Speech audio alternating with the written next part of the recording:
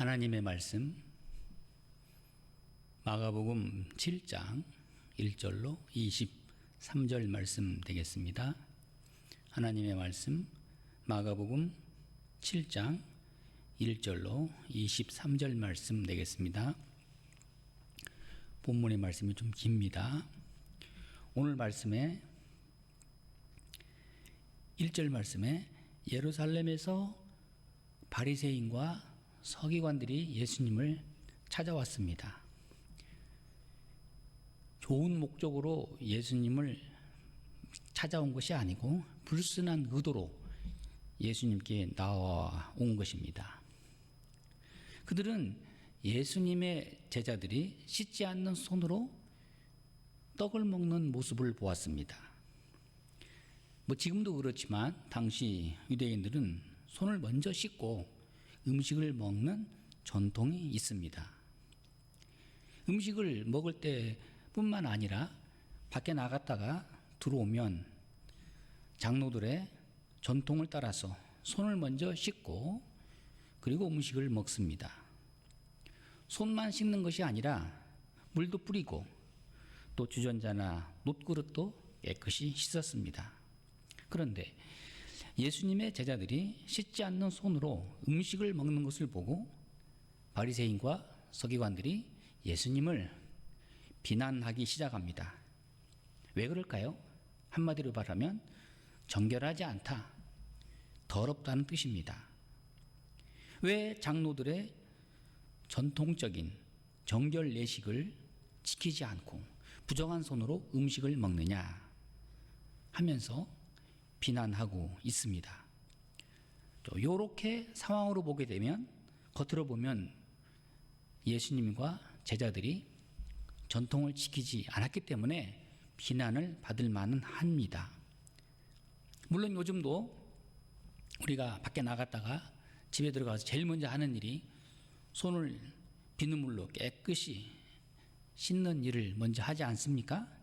사실 손만 깨끗이 씻어도 어느 정도 위생에는 별 문제가 없습니다. 문제는 바리새인들이 예수님을 비난하고 있는 것은 손을 안 씻고 음식을 먹어서 어떤 위생에 문제가 있어서 그런 것이 아니라 바리새인들 또 유대인들의 장로들의 정통 예식을 지키지 않았다, 위반했다는 것입니다.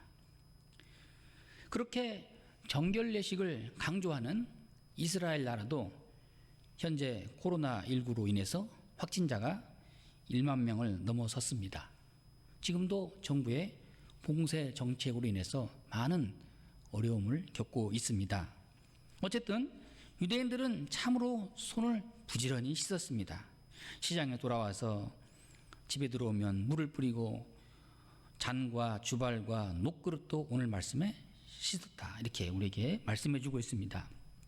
이렇게 보면 겉으로 보기에는 정결한 것 같고 아주 위생적이고 깨끗한 것 같은데 우리가 그런 위생적인 것에서 바라볼 것이 아니라 신앙적인 측면에서 바라봐야 됩니다. 왜 그렇게 겉칠해를 요란하게 하는가? 왜 그렇게 남들이 볼 때 꼭 의무적으로 해야 되는가? 거기에는 나름대로 종교적으로 타락한 증거를 보여주고 있는 것입니다. 이는 형식주의와 외식주의의 극단을 보여주는 것입니다. 자, 문제는 이것입니다. 손을 씻지 않는 자체 행위가 문제가 아니라 그 모든 행위, 전통, 절차, 의식을 하나님의 말씀보다 더 위에다 놓고 더 높이는 것입니다. 형식과 절차, 의식을 너무 예식을 지나치게 강조하다 보니 그것이 오랫동안 묵은 관습이 되고 생활 철학이 되고 또한 자기 신념이 되고 또 자기의 이념이 되고 만 것입니다. 자, 그렇게 보면 내 생각은 항상 옳다는 것이고 예식을 했느냐 안 했느냐의 행위를 가지고 사람을 판단하게 되는 이런 아주 나쁜 전례가 만들어지고 있는 것입니다. 여러분, 어떤 이념, 어떤 철학, 어떤 윤리, 어떤 사상도 하나님의 말씀보다 더 위에다 둘 수는 없습니다. 주님의 말씀은 전통보다 위에 있습니다. 종교적인 어떤 회의의 결정보다 항상 앞서고 항상 권위 있고 항상 위에 있는 것입니다. 최고의 권위, 영원히 변하지 않을 권위는 하나님의 말씀입니다. 우리는 이 신구약 하나님의 말씀을 절대적인 권위로 인정하고 내세우고 또 그렇게 믿고 있습니다. 문제는 당시 종교의 지도자들은 자신들이 만들어 놓은 유전과 전통을 따라서 하나님을 잘 믿느냐 안 믿느냐, 사람을 이처럼 편가름하고 형식주의로 사람들을 분리했던 것입니다. 출발은 좋았습니다. 이스라엘의 전통과 유전을 만들어서 하나님을 더 잘 섬겨보겠다고 하는 취지는 좋았는데 세월이 흘러가면서 이것이 외식주의로 굳어지고 형식적으로 굳어지고 변했다는 데 문제가 있습니다. 중심은 온데간데 없고 껍질만 남아 있습니다. 오늘 이것을 예수님께서는 확실히 지적하고 있는 말씀을 하십니다. 저희가 하나님의 계명은 버리고 하나님의 뜻과 하나님의 말씀과 하나님의 의지는 버리고 사람의 전통을 잘도 지키고 있는구나. 하나님은 그럼 무엇을 원하시는 걸까요? 그렇게 외형적으로 철저하게 잘 지키는 그 결과를 중시하는 것이 아니라 하나님은 우리 마음의 중심, 우리 마음의 정성을 먼저 보십니다. 형식은 좀 부족해도, 절차는 좀 미흡해도, 모든 것이 좀 열악해도 그 마음 중심, 그 정성을 하나님께서 귀하게 보십니다. 문제는 입술로만 하나님을 섬기고 사랑한다고 말하는데 문제가 있습니다. 이렇게 외형적인 것으로 인해서 예배를 드린다거나 섬긴다고 하면 하나님이 받지를 않습니다. 예수님 오늘 말씀하십니다. 입술로는 나를 존경하되 마음은 내게서 멀도다. 하나님은 사람의 중심을 보십니다. 사무엘상 16장의 말씀입니다. 내가 보는 것은 사람과 같이 아니하니 사람은 외모를 보거니와 나 여호와는 중심을 보느니라.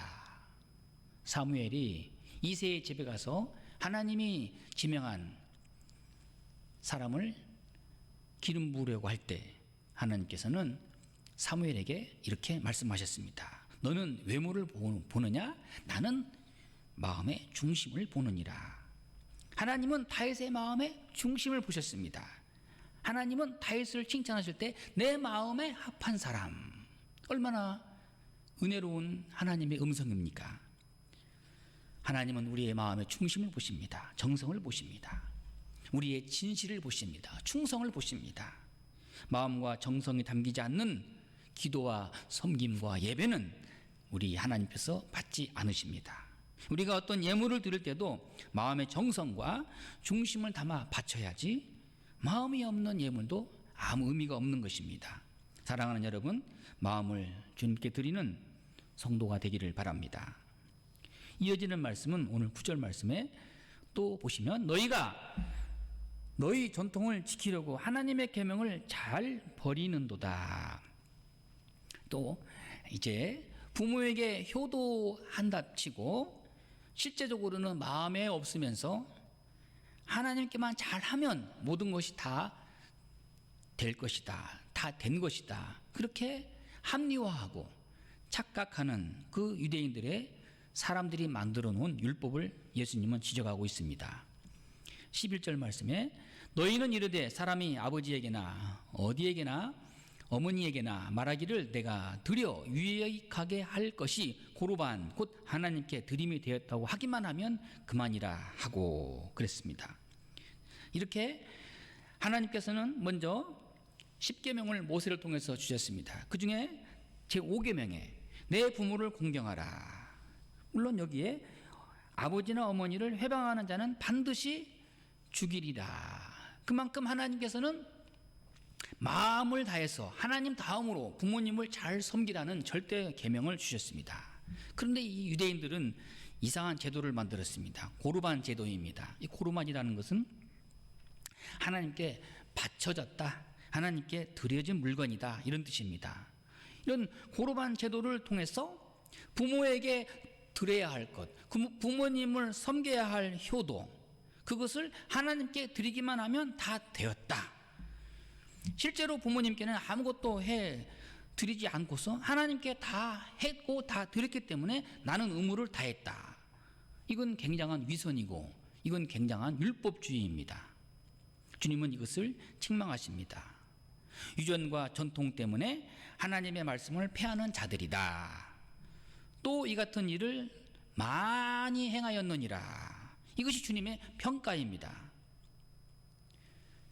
문제는 이것입니다. 유대인들은 전통을 더 중요시하면서 가장 금보다 귀한 믿음을 잃어버렸습니다. 믿음이 없는 사람은 하나님의 말씀을 지키지 않으려는 별 방법을, 별 변명을, 별 핑계를 다 동원합니다.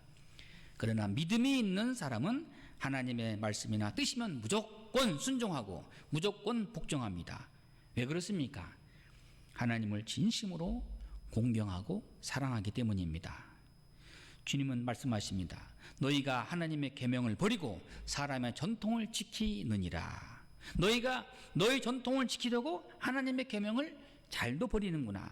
너희가 전한 전통으로 하나님의 말씀을 폐하고 있구나. 바리새인들이 잘못한 것이 무엇입니까?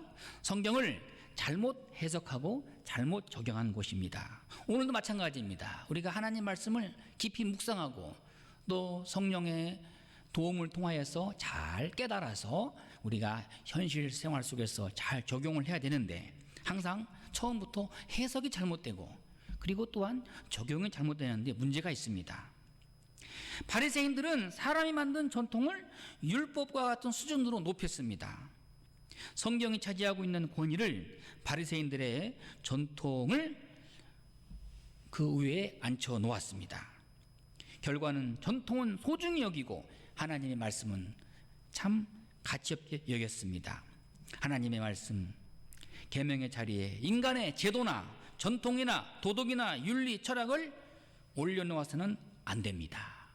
이것이 우상이 되고 이것은 죄악의 씨앗이 되는 것입니다. 사랑하는 여러분, 우리는 신구약 성경을 하나님의 말씀으로 믿는 교회를 우리가 갖고 있습니다. 여러분 스스로 더 이상 고르반 제도를 만들지 말고 성경이 말씀하는 대로 우리가 따르고 또 믿을 수 있기를 바랍니다. 시편 119편 136절 말씀에 다윗은 이렇게 말합니다. 주의 말씀을 지키지 아니하는 거짓된 자들은 내가 보고 슬퍼하였나이다. 바울은 빌립보 교인들을 향하여 빌립보서 3장 18절 말씀에 내가 여러 번 너희에게 말하였거니와 이제도 눈물을 흘리며 말하노니 여러 사람들이 그리스도의 십자가의 원수로 행하였느니라.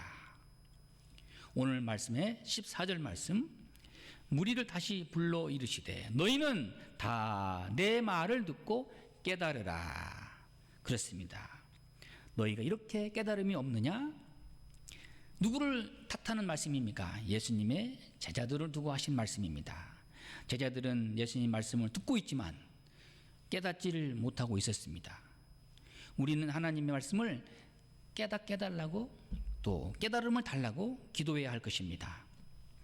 사람의 입으로 들어가는 것은 마음으로 들어가지 않는다. 오늘 이어지는 말씀, 배로 들어간다. 그리고 나서 시간이 지르면 뒤로 나온다. 즉 배설물로 나온다. 그러므로 모든 식물은 깨끗하다. 먹는 문제 가지고 정결하다, 정결치 않다, 그런 것이 중요한 게 아니다. 문제는 사람에게서 나오는 사람의 그 속이 깨끗하냐, 진실하냐, 정결하냐, 더럽냐 하는 것입니다. 속에서 나오는 것이 겉사람까지 더럽히기 때문입니다. 사람의 마음에서는 무엇이 나옵니까? 음란과 도적질과 살인과 간음과 탐욕과 악독이 나옵니다. 오늘 말씀에 음탕과 흘기는 눈과 회방과 교만과 이 모든 것이 다 속에서 나와서 사람을 더럽게 한다고 예수님 오늘 우리에게 말씀해 주고 있습니다. 사랑하는 여러분, 여러분의 마음은 어떻습니까? 정결합니까? 마음이 청결하기를 바랍니다. 겉과 속이 다 같이 성결하기를 바랍니다. 더러운 그릇은 하나님도 사람도 기뻐하지 않습니다. 마음이 아름다운 성도, 마음이 착한 그리스도인, 마음이 깨끗한 하나님의 백성으로 살아갈 수 있기를 바랍니다. 기도하겠습니다.